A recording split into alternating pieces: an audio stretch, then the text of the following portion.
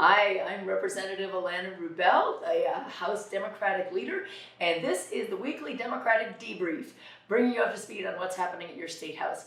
A few moments ago on the floor, we passed a motion to recess for 2 weeks until April 6th. This was driven by skyrocketing COVID cases throughout the House, across staff and members. Things were getting pretty out of hand. I think yesterday we had maybe 5 people test positive, and a couple the day before that, and a couple the day before that.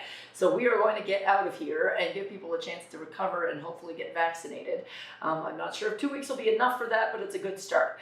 But it's been a fairly big week. The biggest ticket item in the House, I think, was the passage of House Bill 332, which was the giant tax break for the rich that you may have heard something about. This one really stood our hair on end. It's going to take $380 million out of the state general fund. The general fund is what pays for education and healthcare and most of our basic services. Takes $380 million out of that this year, while we're still bottom of the nation in education funding, and it will take $170 million a year on an ongoing basis forever out of our general fund. And the money goes to the people who need it the least. The breakdown is pretty shocking on who gets that money. The people in the top 1% who earn over $480,000 a year will get $9,000 on average, while those in the bottom 20% will get $78. It is hard to believe that this is what anybody in Idaho wants to see happen. They want to see, I can't imagine who wants to see our schools defunded forever so that we can give a giant tax cut for the rich. But that's where it is. It's on its way to the Senate, House Bill 332. Please use our action tool and email the senators. This bill must be stopped. Some good things happened, though, in the Senate Education Committee. They killed a lot of the bills that we really didn't like that had come out of the House, so kudos to the Senate Education Committee. Yesterday they killed House Bill 221, which was the bill that would have gotten rid of certification standards for teachers. They took out the giant scholarship for people to go to private schools using taxpayer money. We still have waiting to see what they're going to do on the opt-in sex ed bill. That was scheduled to be heard, but now that we're in recess, it's going to be kicked back 2 weeks. But they also killed the bill that would have allowed parents to collect thousands and thousands of dollars from their local public school if that public school did not go full-time in person. That one really was kind of bludgeoning schools for following basic health guidance. So those are some of the things that are happening down here. You're going to hear from my colleagues on other matters, but thanks for tuning in, and we will see you not next week, but in a few weeks when we get back. Good afternoon, everyone. We're bringing you the Democratic Debrief, and I'm the Democratic leader in the Senate, Michelle Stannett, and welcome back.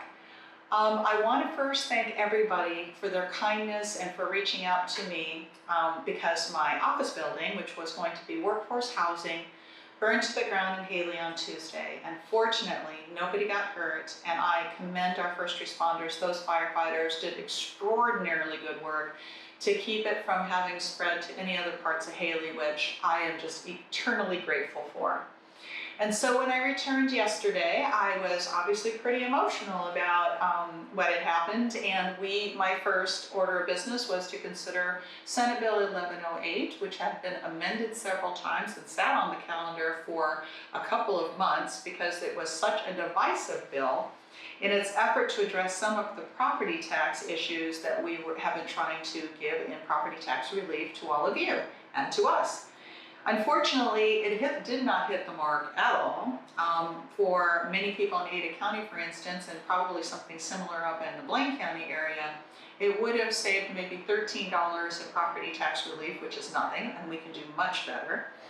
It really did a problem. It capped the amount of money that local governments could get in order to address first responders, housing, a number of things, which we know right now our local governments are really strapped given all the things that have happened with this pandemic and with budgets, and we needed to do better for homeowners exemptions and any number of things that we've presented to you in this legislative session that would give far more relief in property tax to all Idahoans and to our constituents.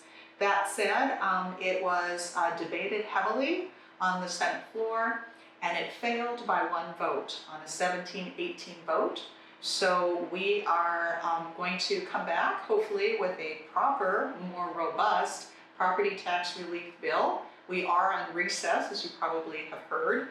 The House and Senate have recessed until after Easter, In the interim, we are hoping to be able to put more meat on some of these bills for transportation infrastructure and for property tax relief, and possibly for education for kindergarten, which Iowa is one of the few states that does not provide for that. So we'll use this time while we are making sure that people who have gotten sick with COVID, and the reason for us to have recessed, hoping that they get well, and wish them a speedy recovery.